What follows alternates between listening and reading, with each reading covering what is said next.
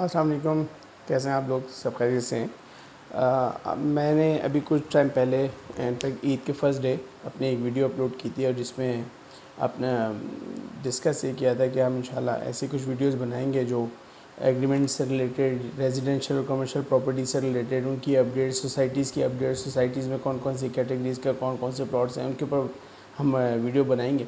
उसी से ही रिलेटेड एक वीडियो है आज बनाने का मकसद है, वो है टेनेंसी एग्रीमेंट से रिलेटेड कि कोई भी प्रॉपर्टी चाहे वो रेजिडेंशियल हो या कमर्शियल हो, उसका क्या प्रोसीजर है, क्या टर्म्स एंड कंडीशन होनी चाहिए जो मेंशन हो आपके एग्रीमेंट के अंदर, ताकि जब आप पुलिस वेरिफिकेशन के लिए जाएँ तो आपकी एक एक चीज़ वहाँ पे अपडेट भी हो जाए।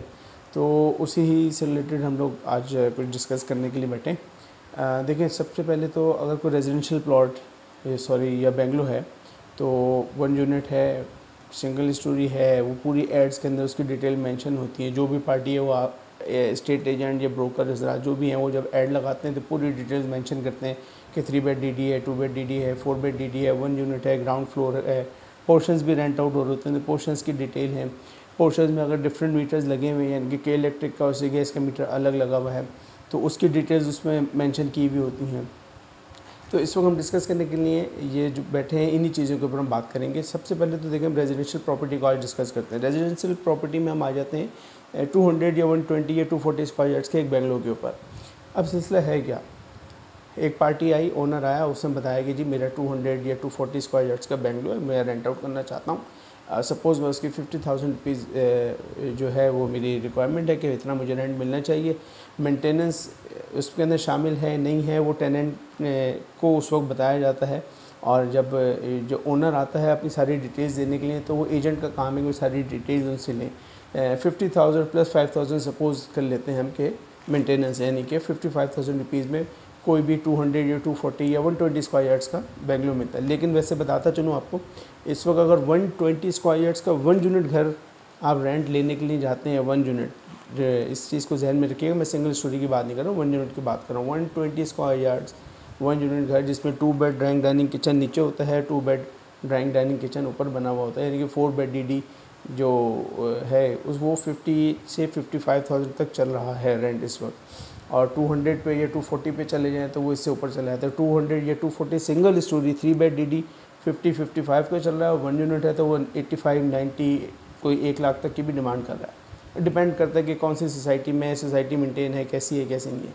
लेकिन चलिए अभी हम बात करते हैं, अगर सपोज़ कि 50,000 रुपीज़ रेंट की डिमांड कर रही है एक पार्टी, वो आए, ओनर आए, उन्होंने सारी डिटेल्स लिखवाई और बता दिया कि जी है, एजेंट ने ऐड लगाया, पार्टी आ गई, विज़िट करवाया पार्टी को, पार्टी ने घर ओके कर दिया। फिर एजेंट जो है सिक्योरिटी के तौर पे या एक डिपॉजिट के तौर पे उनसे कहता है कि भाई 10,000, 15,000 या 5,000 रुपीज़ आप हमारे पास रखवा दें। वो अमानतन रखते हैं एजेंट्स, वो उसको यूज़ नहीं कर सकते, अमानतन रखते हैं। फिर वो ओनर को कॉल करते हैं कि जी आपने जो 50,000 रुपीज़ में हमारे पास घर लिखवा के गए थे उसकी पार्टी एक रहेगी, वो इंटरेस्टेड हैं, वो एक मीटिंग करना चाह रहे हैं, just for the safe side वो 5,000 या 10,000 रुपीज़ डिपॉजिट भी करा गए। फिर ओनर आते हैं, ओनर और टेनेंट की मीटिंग होती है और उस मीटिंग के अंदर जो टर्म्स एंड कंडीशन की रिक्वायरमेंट अगर कुछ होती है टेनेंट की तरफ से और ओनर की तरफ से तो वो डिस्कस हो जाती है। अब कुछ घरों के अंदर देखिए फर्निश होता है, फर्निश से मुराद यहाँ पे ये है कि किचन, वार्डरोब्स, इलेक्ट्रिसिटी ये सब बनी हुई होती हैं। किचन और वार्डरोब तो खैर मैंडेटरी है। इलेक्ट्रिसिटी से मेरी मुराद है यहाँ पे लाइट्स, फैंसी लाइट्स, जो mandatory tube lights, LED tube जो आजकल चल रही हैं, मैं उनकी बात कर रहा हूँ। वो गीज़र लगा हुआ है कि नहीं लगा हुआ, किचन के अंदर स्टोव है कि नहीं है, या पूरा ओवन सिस्टम लगा हुआ है, अवेलेबल है या नहीं है। कुछ ओनर्स क्या करते हैं कि हमने स्पेस दिया हुआ है, टेनेंट आए अपनी मर्ज़ी के जो चीज़ उसका दिल है वो लगाए और चला जाए लेके जब जा रहा हो। सेम गीज़र के साथ भी होता है। लेकिन कुछ ओनर्स का ये भी होता है कि भाई गीज़र भी लगा के देते हैं, स्टोव भी लगा के देते हैं, टर्बो भी किचन में लगा के देते हैं और प्रॉपर लाइट सिस्टम वगैरह लगा के देते हैं जिसमें छोटी फैंसी लाइट्स, पंखे, सीलिंग फैंस यानी कि वो, और एलईडी ट्यूब्स वगैरह सब मेंशन होती हैं। अब अगर घर ऐसा है कि जिसके अंदर ये सारी चीज़ें हैं तो जब एग्रीमेंट हो रहा हो तो एग्रीमेंट के अंदर एक एक चीज़ मेंशन होगी कि भाई गीज़र भी उसके अंदर इंस्टॉल है, उसके अंदर गीज़र जो है वो इलेक्ट्रिक गीज़र है या गैस गीज़र है वो मेंशन हो जाएगा। उसके अंदर फैंसी लाइट्स, उसके अंदर एलईडी ट्यूब्स, उसके अंदर स्टोव, टर्बो, जो जो चीज़ें उसके अंदर लगी हुई है, अगर वॉशरूम में सैनिटरी लगी हुई तो वो भी मेंशन होगी, ताकि जब घर खाली करके जाया जा रहा हो तो सिक्योरिटी, जो फिक्स सिक्योरिटी डिपॉजिट टेनेंट जमा कराता है, अगर इन केस कोई चीज़ डैमेज हो कुछ हो तो उससे लेस कर दिया जाता है, और ये एग्रीमेंट के अंदर ये चीज़ मेंशन होती है। अच्छा जी, एग्रीमेंट जब फिल करने का टाइम आता है तो ज़ाहिर है जो टेनेंट हैं उनके पूरा NIC लिया जाता है, उनका नेम एस्पेसी NIC, फादर नेम, जो करंट एड्रेस है वो पूरी इसमें मेंशन हुई होती है, ओनर की भी आ जाती है। तो सबसे पहले होगा क्या, मंथली रेंट एग्रीमेंट के अंदर मेंशन होगा कि 50,000 रुपीज़ प्लस 5,000 मेंटेनेंस चार्जेस वो मेंशन हो जाएंगे। सिक्योरिटी डिपॉजिट 4+1 है, 5+1 है, 6+1 है। जो एज़ पर रूल है वो 6+1 होता है, लेकिन म्यूचुअल अंडरस्टैंडिंग से अक्सर जगहों पे 5+1 और 4+1 दोनों हो जाते हैं, ताकि वो कुछ लोगों का होता है कि सिक्योरिटी डिपॉजिट जो है जी 4+1 कर ले तो 2 लाख भी एक ह्यूज अमाउंट है, आप जमा करवा सकते हैं, उसमें कोई वो नहीं है।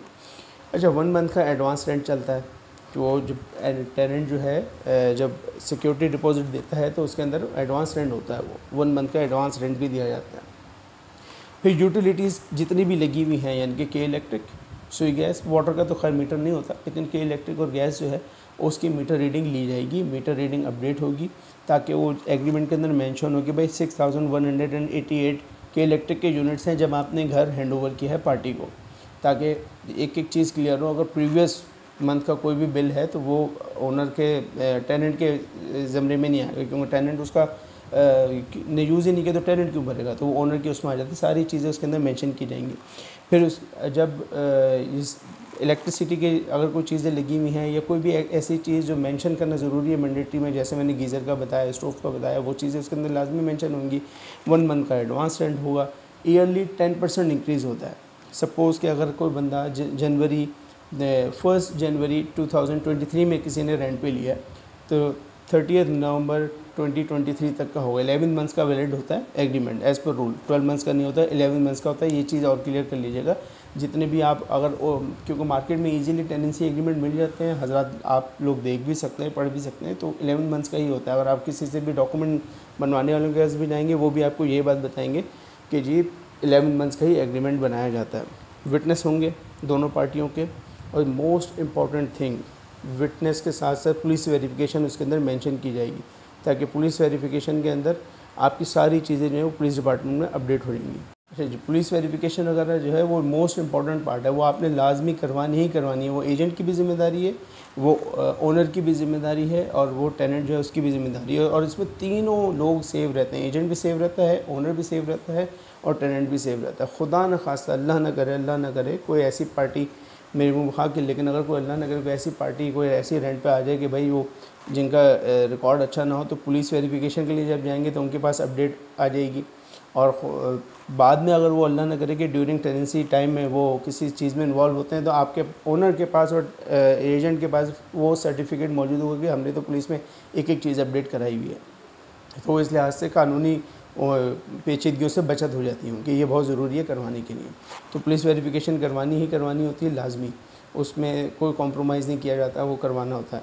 और 1 मंथ का तो मैंने आपको जैसे बता दिया कि जी 1 मंथ एडवांस रेंट चलता है, वो मैंडेटरी है ही है। बाकी कुछ बहुत कम होते हैं, लेकिन जैसे इंटीरियर से कोई हजरात अगर आए हैं या बलूचिस्तान की साइड से कोई फैमिलीज़ ऐसी आती हैं जो 2 महीने 1.5 महीने 3 महीने के लिए आते हैं अपनी फैमिलीज़ के ट्रीटमेंट वगैरह के लिए, तो वो भी घर लोग हैं वो रेंट आउट करते हैं या पोर्शंस रेंट आउट करते हैं, लेकिन वो बहुत रेयर केस होता है, क्योंकि फर्निश्ड घर ना होने के बराबर मिलते हैं, और मिलते भी हैं तो फिर उसके अंदर बड़े क्योंकि पेचीदगियाँ वही वाली बात आ जाती है कि भाई पुलिस वेरिफिकेशन होगी, पुलिस को अपडेट कराया जाएगा, सारी चीज़ें होंगी। फिर वो इंटीरियर से आए हुए लोग इन चीज़ों से ज़रा घबरा भी रहे होते हैं, वो नहीं जाना चाह रहे होते हैं, वो क्योंकि वो ऑलरेडी एक परेशानी में है, अपने किसी फैमिली मेम्बर को ट्रीटमेंट के लिए लेके आए हुए हैं, और वो फिर इन चीज़ों में भी लगे। बट रेंट आउट हो भी जाती हैं, बहुत कम होती हैं मगर हो जाती हैं। तो इंशाल्लाह मकसद ये है ये वीडियो बनाने का कि भाई आप लोगों की नॉलेज में एक एक चीज़ हो, जो हमारे पास है हमारी नॉलेज में है, हम डिस्कस करेंगे यहाँ पे, हम आपको अपडेट भी करेंगे। और अगर कोई ऐसी चीज़ लगती है कि भाई कोई चीज़ मिसिंग है तो वो कमेंट बॉक्स में लाजमी मेंशन कीजिएगा, या कोई ऐसी चीज़ है जिसके बारे में आप पूछना चाह रहे हो कि भाई आपके नॉलेज में आना मैंडेटरी है, और आप लोगों को लगता है कि भाई मैं कोई चीज़ मिस कर रहा हूँ, तो वो आप उनसे लाजमी पूछिए, कमेंट बॉक्स में मेंशन कीजिए। इंशाल्लाह हम आपको जवाब देंगे।